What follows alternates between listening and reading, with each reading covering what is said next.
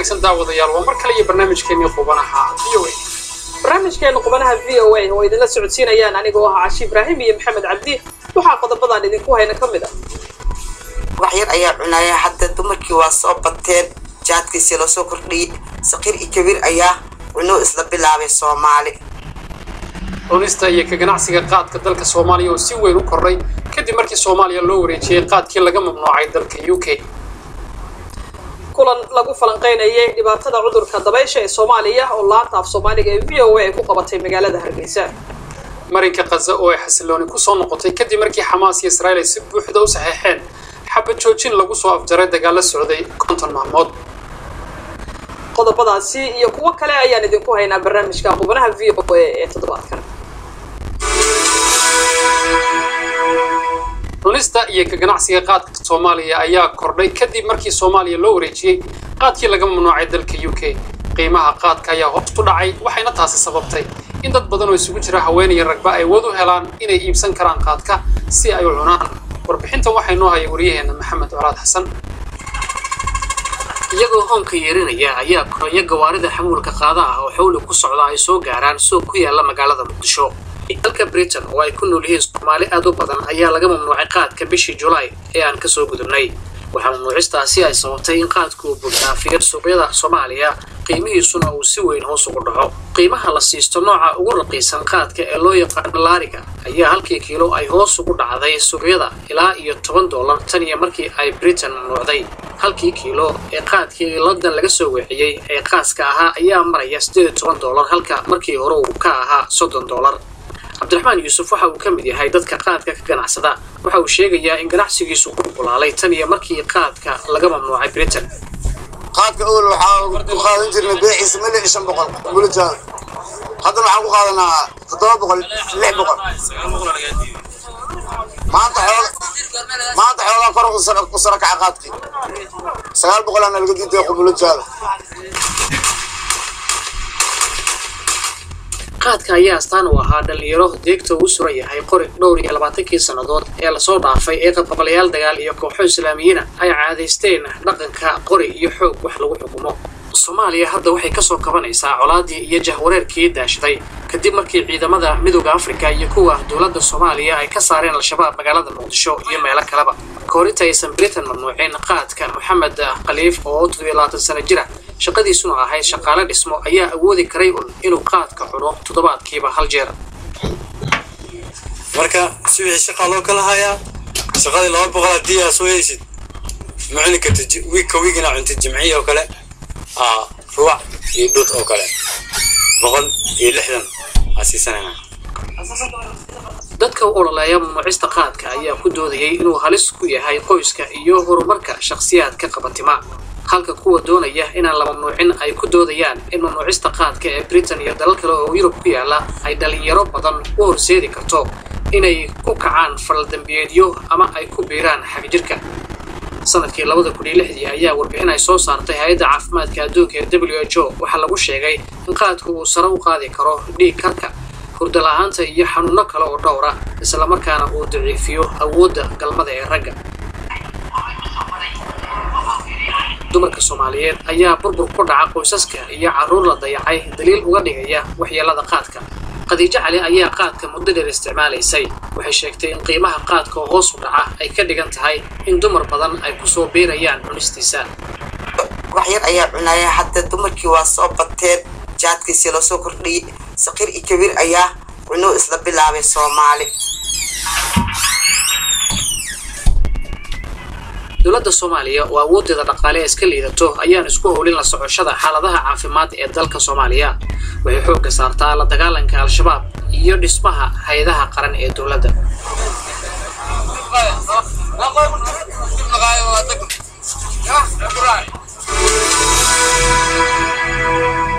cudurka dabaysha ayaa dhibaato ba'an ku haya dalalka Afrika gaar ahaan Soomaaliya waxaana jira tiro aad u badan oo cudurkan uu aafeeyay haddaba VOA ayaa magaalada Hargeysa dhawaan ku qabatay kulan lagu falanqeynayay dhibaatada cudurka dabaysha oo ay ka soo qayb galeen khubaro saraakiil caafimaad iyo qaar ka mid ah dadka cudurkan uu haleelay wariyaha VOA Cabdixakiin Maxamuud Sharwac ayaa warbixintan ka soo diray Hargeysa. falanqayntan wahayd mid ay ka soo qayb galeen dad gaadhaya 300 oo qof ayaa si weyn loogu lafogaray saameynta cudurka dabaysha iyadoo ay ka doodeen khubaro ku xeel dheer cudurkaasi oo ka kala socday hay'adaha ka shaqeeya cudurka sida UNICEF ururka dhakhaatiirka iyo waliba dad u naafeeyay cudurkaasi madaxa laanta af Soomaaliga ee idaacadda VOA Cabdiraxmaan Yabar oo ugu horreynba munaasabadaasi hadal ka jeediyay ayaa faahfaahin ka bixiyay dareenka keenay in laga hadlo cudurkan dabaysha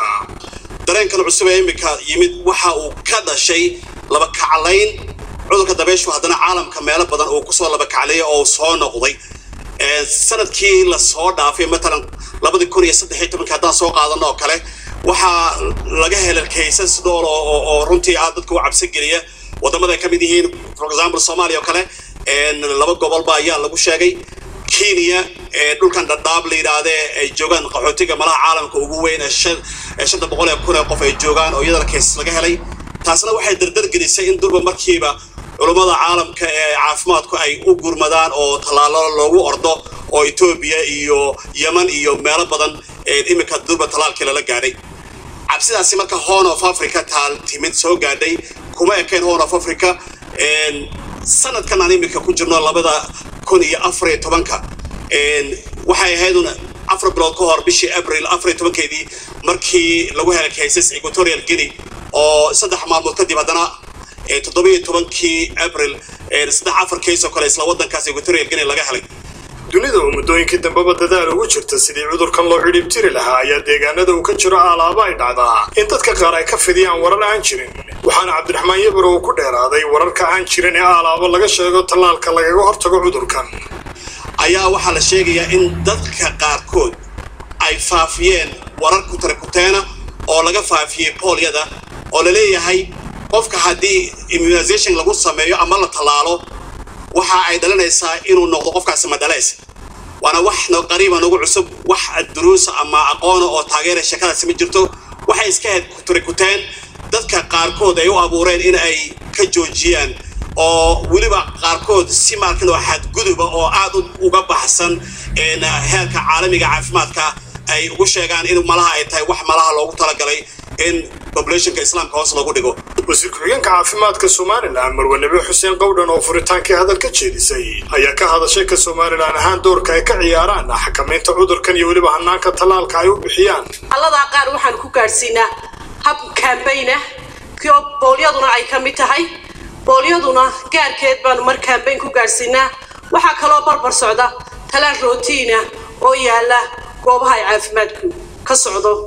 MCH-da dhammaan dalka oo dhan gesta kale wasiir ku-xigeenka wasaaradda warfaafinta Soomaaliland Cabdiwaaxid Cabdiqaadir Cabdiraxmaan ayaa ka hadlay doorka wacyigelinta ay ku leedahay xakamaynta cudurkan isagoo xusay in Soomaaliland ahaan sameeyeen dhiirigelin badan xukuumaddu sida la sheegayba muhiimad weyn bay runtii siisay waxaan ku tusasaa markii la soo raysgareeyay in dadka waaweyn ay booliyada ama dabayshu ku dhacdo waxa ugu horeeyay in talaalka qaatay madaxweynaha Jamhuuriyadda Soomaaliland taas waxay ahayd dhiirigelinayo maadaama tashuush fara badan lagu furay talaalka maanta dadkan la talaalayo dhinaca kale waxa si waafiya uga hadlay una falanqeeyay cudurkan dabaysha afar khabiir oo ka kala socday hay'adda UNICEF oo ka socday madaxa caafimaadka ee hay'addaasi Caawil Xaaji Cali gudoomiyaha ururka dhakhaatiirta Soomaaliland Cabdirashiid Xaashi balse waxa xusad mudan in iyaduna ay falanqaynta ka qayb qaadanaysay Nuure Maxamuud Nuur oo iyada uu naafiyay cudurka dabayshu kullay alxamdulillahi rabbil caalamiin anigu dadka ay ku dhacday kuwa waliba ugu ladan baan ku jiraa waayo labada adin oo kaliya ayay igaga dhacday orodkii baanan idinla baratami karaynin laakiin waxyaabo badan oo sida loo sheegay aan qabsadaa way jiraan in badan oo maxay ahaydey halkan caawa anigu aan ka hadlayay halkan aan soo gaari karayninna way jirtaa waxaan arkay dad aragii ka naafoobay maqalkii ka naafoobay maxay ahaydey cagihii gamcihii ilaa hadalkii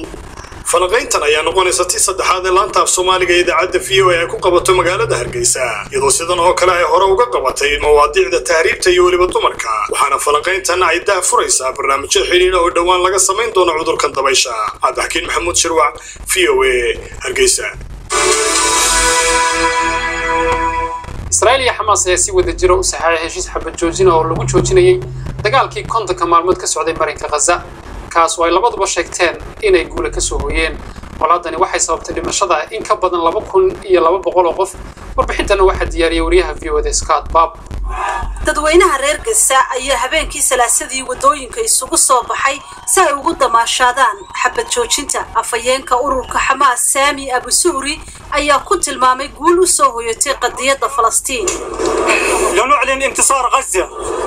waxaanu isugu nimid inaan ku dhawaaqno guushii Gaza waxaan halkan u joognaa inaan cadeyno inaanu guuleysanay oo aan ka badinay awoodda Israel ee wax burburinaysa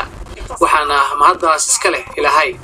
dagaalka socday kontonka maalmood ayaa ahaa kii ugu dheeraa ee dhex maray Israa'iil iyo Xamaas waxaana ku dhintay in ka badan 2,000 oo qof oo Falastiiniyiin ah iyo 60 Israa'iiliyiin ah afayeenka dawladda Israa'iil Mark Regev ayaa isaguna eedda dusha ka saaray ururka Xamaas Israel has accepted the Egyptian ceasefire proposal. Israel waxay aqbashay dhexdhexaadintii dawladda Masar ee xabajoojinta waxaanu rajaynaynaa in marka xabajoojintu sii jirto waxaan u malaynaynaa marka ay xaaladdu degto in dad badan isweydiin doonaan sababta ay Xamaas u yeeshay baaqi dawladda Masar ee ay bil ka hor diiday qaar ka mid ah dadka reer Israa'iil ayaa soo dhaweeyay joojinta dagaalkaasi laakiin dadka ku nool deegaanada ay soo gaadhayaan gantaalaha Xamaas ayaa walaac ka muujiyay sida Dafna Siboni Seso runtii waxaan rabaa in aan ku kalsoonaado xabad joojinta laakiin nasiib darro dhowr jeer oo hore ayaan gubanay dhowr jeer ayaanu soo noqonnay annagoo isla way dhamaatay balse uu markiiba dagaalkii soo noqday haddaba waan sugaynaa Israa'iil ayaa rabtay in Gaza laga dhigo goob hubka ka caagan waxaana ku tala jirtaa inaanay xabad joojinta fursad u siinin Xamaas inay dib u habeeyaan gantaalihii ay soo ridi jireen iyo in la burburiyo jidadka dhulka hoostiisa mara waa in Xamaas laga ilaaliyaa adeegsiga iyo dib u habeynta gantaalaha ay haystaan isla markaana aysan fursad u helin dib u hagaajinta jidadka dhulka hoostiisa mara ee ay sameysteen Xamaas ayaa doonaysa in Israa'iil ay cunaqabataynta ka qaado marinka Gaza Xamaas ayaa arrintaasi aad u rabtaa in laga hadlo Now if this siege is not going to be lifted completely haddii aan la qaadin xayiraadaasi gebi ahaanba waxaa hubaal ah inaanu arki doono wareeg labaad oo dagaal ah oo dhex mara Xamaas iyo Israa'iil dadka faaleeya siyaasadda ayaa sheegay in qodobadan oo kale markii hore aan la isla soo qaadin waxaana intaasi ku dareen in heshiis nabadeed oo waara laga gaari karo haddii arrimaha siyaasadda laga heshiiyo mashiinada robot-ka ayaa dadka ka caawiya hawl maalmeedka sida karinta cunnada iyo waliba nadiifinta guryaha cilmi baarayaal ku sugan Mareykanka Faransiiska Japan iyo wadamo kale ayaa ku tartamaya inay sameeyaan mashiino robada oo dadka maaweelin kara sidoo kalena shaqo sahlan dadka u qaban kara wariyaha VOA George Buttigieg ayaa warbixintan diyaariyay dhowr sano kadib markii dunida loo soo bandhigay robotka aadka u horumarsan ee lagu magacaabo Asimo wali waxa robotkaasi loo adeegsadaa bandhig iyo tijaabo oo kaliya xitaa haddii uu iib yahayna aad uu qaali u yahay qoysaska caadiga ah aad buu sahlan tahay qiimo ahaan u jaban tahay in la sameeyo robotka sida Jibo kaasoo sameeya dhaqaaqyo sahlan isla markaana dadka kula falgala dhinaca codadka sawirada iyo taabashada Cynthia Brazil oo ah cilmi baare ka tirsan macadka MIT ee tiknoolajiyada ayaa iyadu samaysay robotkan Jibo waxayna u samaysay inay ku ogaato sida uu dadka ay ula falgali karaan dadku tiknoolajiyada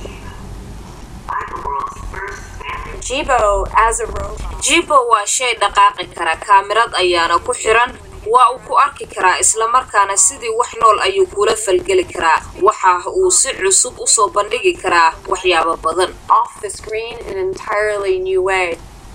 Sinta ayaa sheegtay in robotka Jibo uu xasuusin karo dadka balamaha sawirna qaadi karo dadkana uu maaweelin karo waxaana uu sidoo kale u sheekayn karaa carruurta habeenkii xilliga ay seexanayaan dadku waxa ay kula falgali karaan taabashada xitaa taabashada ayay kula kaftami karaan haddii Jibo uu sameeyo waxyaabaha ay dadku jeclaadaan taasoo isna uu ka baran karo dadka ka shaqeeya xarunta Amici di Nico ee daaweynta cudurka autismka kuna taala magaalada Lecce ee dalka Talyaaniga ayaa adeegsada robot hadlaya oo daweeya cudurka autismka Marco oo 12 jir ah waxa ka muuqda horumar weyn dhinaca dad la xiriirka ilaa markuu bilaabay inuu ku ciyaaro robotka la socdo oo qora hab dhaqanka ilmaha yaryar sidaas waxa sheegay injineer Giuseppe balestra Vorremmo essere un passo avanti lo studio dell'arte per rendere waxaan jeclaan lahayn inaan farsamada ugu wanaagsan hal tallaabo aanu kasii horumarno si aanu u wanaajino xiriirka dadka iyo robotka aan iraahdo inaan sida dadka u ekaysiino isla falgalka carruurta iyo robotka cilmi baarayaasha ayaa sheegay inay doonayaan inay sameeyaan robot la gelin karo barnaamij qofka jiran u gaar ah maxaa yeelay ilmo kasta waxa uu agtiisa ka dhacaya waxa uu la falgalaa si ka duwan ilmaha kale Pierre Lebow oo ah cilmi baare Faransiis ah waxa qoyskiisu u leeyahay robot lagu magacaabo Kijar waxa robotka loo qaabeeyay dhinaca maaweelada waxaana u raacaa qofka iska leh cilmi baarayaasha ayaa sheegay in robotka loo sameeyay madadaalada uu dhawaan suuqa iman doono iyadoo oo lagu iibin doono qiimo u dhaxeeya $500 ilaa $5,000 taasi oo weli qaali ku ah dadka caadiga ah robotka wax lagu daweeyo weli tijaabo ayuu ku jiraa laakiin waxa isagana la filayaa in mustaqbalka dhow la adeegsan doono oo suuqyada laga heli karo